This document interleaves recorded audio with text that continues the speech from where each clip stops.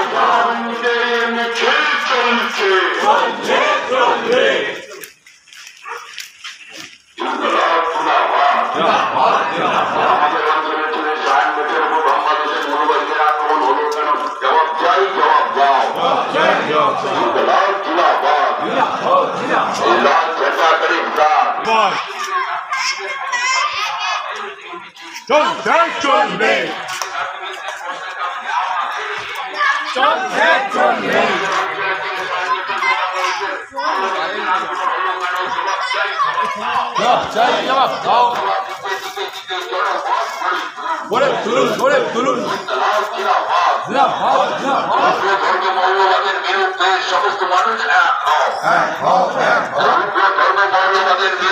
সমস্ত মানুষ এক হও। এই সাম্প্রদায়িকতার মদতকারী বিজেপি আরএসএসের বিরুদ্ধে দিকে দিকে জনমত গড়ে তুলুন।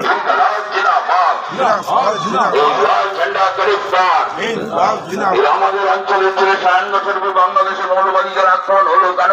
জবাব চাই, জবাব দাও। পাশাপাশি বাংলাদেশের সংখ্যালঘুদের উপর আক্রমণ এবং ধর্ম নিয়ে রাজনীতির বিরুদ্ধে প্রতিবাদ জানিয়ে অশোকনগরের পথে নামল বামেরা।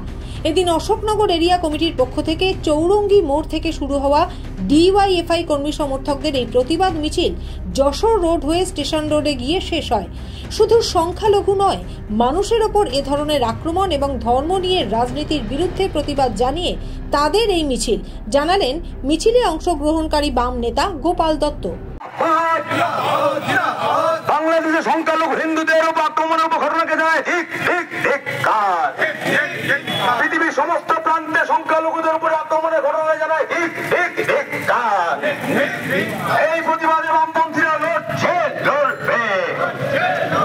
এই দুই বাংলার সম্প্রীতি বিনষ্টকারী মৌলবাদীদের বিরুদ্ধে বামপন্থীরা লড়ছে, লড়বে।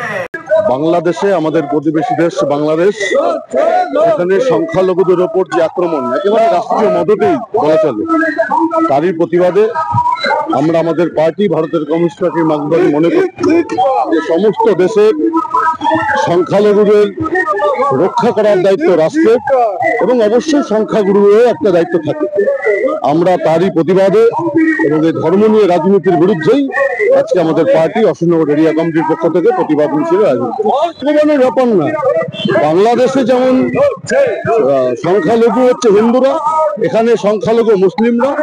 সংখ্যালঘুদের ওপর আক্রমণ, সংখ্যালঘুদের রক্ষা করার দায়িত্ব সংখ্যাগুরুদেরও এবং সংখ্যালঘুদের রক্ষা করার দায়িত্ব রাষ্ট্রেরও। এখানে ভগবান, ঈশ্বর, আল্লাহ, গড এসবের কোনো বিষয় নেই। মানুষের ওপর আক্রমণ, ধর্ম নিয়ে রাজনীতি, তার বিরুদ্ধেই আমাদের এই মিছিল। শুধু বামেরাই নয়, বাংলাদেশের উত্তাল পরিস্থিতি নিয়ে এবার পথে নামলো ইন্ডিয়ান সেকুলার ফ্রন্ট অর্থাৎ আইএসএফ। আইএসএফের পক্ষ থেকে এদিনের প্রতিবাদ মিছিলটি বনগাঁর নীল দর্পণ থেকে শুরু হয়ে মতিগঞ্জ এলাকা, বনগাঁ বাটার মোড় হয়ে ফের নীল দর্পণে এসে শেষ হয়। তাদের দাবি, ধর্মীয় উস্কানির কারণেই অশান্ত বাংলাদেশ, দ্রুত সে দেশের শান্তি ফিরে আসুক, জানালেন বনগাঁ লোকসভার কনভেনার আফতাব মণ্ডল।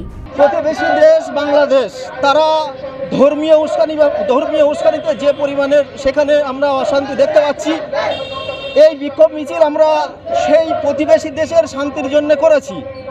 আমরা দ্রুত সমস্যার সমাধানের জন্য প্রাইম মিনিস্টার নরেন্দ্র মোদীর কাছে আপনাদের মিডিয়ার মাধ্যমে আমরা বার্তা পাঠাতে চাই, যত তাড়াতাড়ি দ্রুত সমস্যার সমাধান করা যায় তার জন্য। যদি তাতেও না হয়, আগামীতে আমরা আরও বড় প্রোগ্রামের, আরও বড় আন্দোলনের নামার জন্য আমরা প্রস্তুতি নিচ্ছি। এটাই হচ্ছে আমাদের আজকে প্রধান বা মূল বক্তব্য। চন্দন সেনগুপ্ত এবং শান্তনু বিশ্বাসের রিপোর্ট, দি রিপোর্ট। আরও বিভিন্ন খবরের আপডেট জানতে হলে অবশ্যই সাবস্ক্রাইব করুন দি রিপোর্ট চ্যানেলটি, কারণ আপনাদের একটা সাবস্ক্রিপশন আমাদের কাছে অত্যন্ত মূল্যবান। জয় হিন্দ।